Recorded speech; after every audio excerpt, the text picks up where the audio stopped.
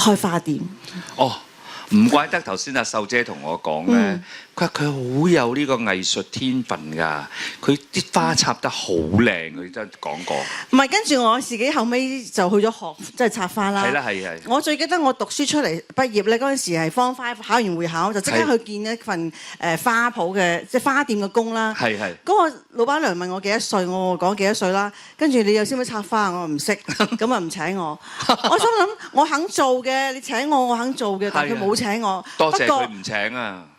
都可能係喎，真係啊！從此改變咗我命運啦。因為如果佢請你，你繼續做落去，你未必去選港姐。可能係，係咪先？係可能係，肯定係啊！我要咁樣講啊，係咪？係啊。有時好多嘢係咁嘅，即係塞翁失馬啦嚇。同埋咧好多譬如教徒佢哋有一句説話，即係上帝閂咗你一道門，又開翻另一道門俾你。係啊，絕對係咁樣。你中意插花，就當時未入行娛樂圈啦，你自己嘅一個叫做目標或者一個理想嘅工作啦嚇。咁當然啦，後來你做咗娛樂圈，你就冇正式入咗呢個花叢啦嚇。冇。係，但係你後來又學喎，你話係咪啊？點解又會走去學咧？我結咗婚之後咧，我就利用我湊女嘅時間咧，就其實講真啦，做太太即係做人老婆嘅時候，除咗照顧屋企啦，咁你湊啲小朋友返學啊、放學，我就利用嗰啲中間即係一啲咁嘅少少嘅時間咧，我就去上堂嘅。咁就學咗成幾廿年㗎啦，而家我都超過30年㗎啦。一路都學嘅30年。一路都插啦，又學咗又插啦。咁而家我已經係一位花道老師嚟㗎啦！哇，俾啲掌聲啊！開班啊，而家可以教你哋插花。係啊，多謝多謝。咁你其實你仲有咁大盤生意喎，一年過億㗎喎，你邊有咁多時間啊？嘿，中意嘅時候你就時間會一定有㗎。其實時間係自己安排㗎嘛。嗱呢樣嘢好啊。係咯，即係早50年聽到你咁講，我就唔係坐喺呢度㗎啦嚇，坐大班椅㗎啦，時間自己安排㗎嘛，係咪先？係啊，其實時間你話冇，即係你唔想做。嗱咁嘅，我做曲奇係因為我喺屋企就成日都整啲曲奇俾屋企人食啦，啲女啊咁樣。咁然後咧，大家唔知唔知我離過婚嘅，咁啊曾經咧就離咗婚之後咧，我就覺得哎呀死啦！我點生活咧？我又唔想靠人喎，就做咗自己自力更生啦。係。咁有咩可以做嘅咧？啊，有啦！我諗到一樣嘢，我哋一做阿媽嘅，成日都喺屋企煮嘢俾屋企人食㗎啦，係咪？咁嗰陣時係07年嘅，我記得係07年嗰時候，仲未話好多人周圍上網創業啊，而家就多咗好多啦。嗰陣時唔係咁多，咁我就諗下，不如我試下啦，將我平時做俾屋企人食嗰啲嘢，試下作為一個生意去做得唔得咧？咁樣，咁於是我就開始籌備呢件事，係啦。咁我揾咗幾個拍檔一齊做，咁就諗下做曲奇好啲。其實我最早係做月餅嘅，我自己喺屋企用手做月餅嘅。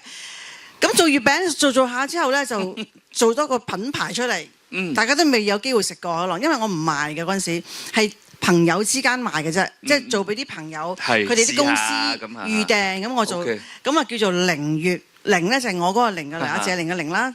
跟住就係喜悅嘅悅啦，靈月。咁係做咩嘅咧？就係玫瑰花，入邊有玫瑰花、雙黃白蓮蓉。因為月餅一定要食雙黃蓮蓉噶嘛，係咪先？傳統月餅先好食噶嘛。我加咗啲玫瑰落去，因為玫瑰花我最中意擺喺食材裏邊。玫瑰有咩好處咧？啊，又講下養生先，唔係淨係補血啦，係解鬱啊。玫瑰係令到人開心嘅嘢嚟㗎。本身呢一隻係一種中藥嘅藥材嚟嘅，佢令到人有解鬱啦。有行血啦、通血啦，所以食咗玫瑰其實個人都會開心啲。咁我將佢擺咗落月餅嗰度，咁啊變咗個生意啫喎，又幾得意喎，真係都係啦，同埋都多人買嘅，我啲朋友訂好多送俾人嘅。係。咁一開始諗下，月餅1年1次啫喎，好似唔係好夠養我生活喎。咁我就有啲咩可以做係1年4個都食得嘅咧？咁就諗咗曲奇咯。哦，咁樣就產生咗。咁啊產生咗呢個曲奇啦。咁跟住真係可以自己養到自己啦，可以生活唔使靠人啦。係。但係曲奇之後又出蝴蝶酥嘅。因為曲奇同蝴蝶酥係一齊嘅，其實蝴蝶酥點解我會出咧？就係因為我個女咧讀緊書嘅時候咧，家政堂試過佢生日嗰日咧送咗一盒佢自己親手做嘅蝴蝶酥俾我。哦，咁我做嚟已經嗰陣時。嗰陣時佢中學喺學校家政堂用手做嘅，當然就唔係好食啦，好難食嘅。不過咧嗰個直播緊㗎，係好難食啦，女，對唔住啊。咁但係咧就好有意思嘅，同埋你好感動嘅。係。咁啊，作為阿媽，佢生日日送翻俾我喎，咁你諗下係咪幾有意思？咁我就好感動啦，同埋咧我就覺得蝴蝶酥可以做喎。以前我哋細個食嗰啲大塊又實又硬嘅，硬嘅嗰啲係。佢而家係做咁細塊嘅啫，咁我覺得呢個做得做，我就將佢擺落我嘅生意裏邊，就係呢樣嘢爆紅。有好嘢食嘅嘢係咪要大家分享先？係。咁我要做出嚟，去有得買到先得㗎嘛，係咪先？咁所以我就會將自己認為好食嘅嘢咧，作為一個產品，咁樣同大家分享，可以買。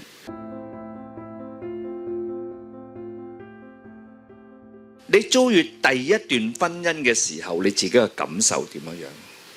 我諗係我人生最低谷嘅時候咯，因為其實離婚唔係話好，因為離開一個屋企，因為梗係唔開心先要離開啦。照計嚟講就已經冇乜特別嘅嘢嘅，但係咧我發覺原來係一個好挫敗嘅感覺，即係覺得自己好哇咁失敗啊！你即係做人老婆都好似都維繫唔到呢個婚姻，即係有啲挫敗感嘅。咁人有挫敗感嘅時候咧，好多時候咧就會自責嘅，跟住又覺得對唔住啲女嘅，跟住就哇好辛苦。所以嗰段日子咧，我覺得喺我人生裏邊一個好大嘅考驗啊。因為你要點樣度過呢個關口啦，點樣令到自己重新振作啦，點樣再行出嚟做嘢啦，都好驚㗎。因為咧我10幾年冇做嘢，我都唔知。我可以做啲乜嘢？我唔知啊。但係我又頭先講我唔識做戲，又冇人揾我拍戲啦。咁點咧？我做咩好咧？唔通真係走去賣咩好咧？乜都唔知啊，唔識啊，未做過生意啦，所以好彷徨嘅嗰陣時咯。其實係好彷徨嘅。咁但係好彩我有個信仰啦，自己嚇，因為我基督徒嚟嘅，咁所以我都一直祈禱為自己祈禱。咁神都好即係為我開門啦。頭先講咗啦，閂呢個門就開呢個門俾我。咁我就貿貿然就真係行咗入去做生意。好奇怪喎，真係順利，好順利，即係好感恩啊！我係好幸運嘅一位咧，真係覺得自己。我哋嗰門曲奇四紅酒呢個生意咧，我開咗1個月就回晒本啦。我覺得係其實每一個人都有自己嘅價值嘅。我當時就咁諗，我嘅價值喺邊度咧？我嘅價值係乜嘢咧？總係有你嘅長處噶嘛。每一個人都有自己長處，靜靜地去發掘下自己嘅長處。咁我就發掘到我自己。原來中意煮嘢食，嗰係一個長處嚟嘅。中意煮嘢食，可以將煮嘢食呢一個手藝咧變為一個生意。咁我都覺得係一個好嘅嘗試啦。咁所以我覺得唔會絕路嘅，一定有出路嘅。所以我好多朋友有時遇到啲困難就成日問我：喂，你點啊？你嗰陣時離婚點過㗎？咁我話：呢個唔會再衰得過而家㗎啦。我只會開始好㗎咋。我而家係最衰㗎啦，而家。所以永遠都有個盼望喺度。呢個好重要。呢個好重要，一定會有盼望添。而係你要自己好正面去睇呢件事啦。咁同埋咧就係，仲有一樣嘢，如果你係好唔開心嘅時候，一定要揾朋友傾偈。係啦。哇！朋友係好多鼓勵嘅俾我。冇錯。即係好多朋友鼓勵我，咁所以我亦都行咗出嚟啦。咁種種原因啦，亦都我有為自己祈禱啦。咁所以我就覺得我個人生行到而家，我睇翻落去真係無憾嘅。唔係，我覺得係好好嘅，有一啲嘅住宅係令到大家有共通嘅語言啦，同嗰個背景即係大家年紀差唔多啦。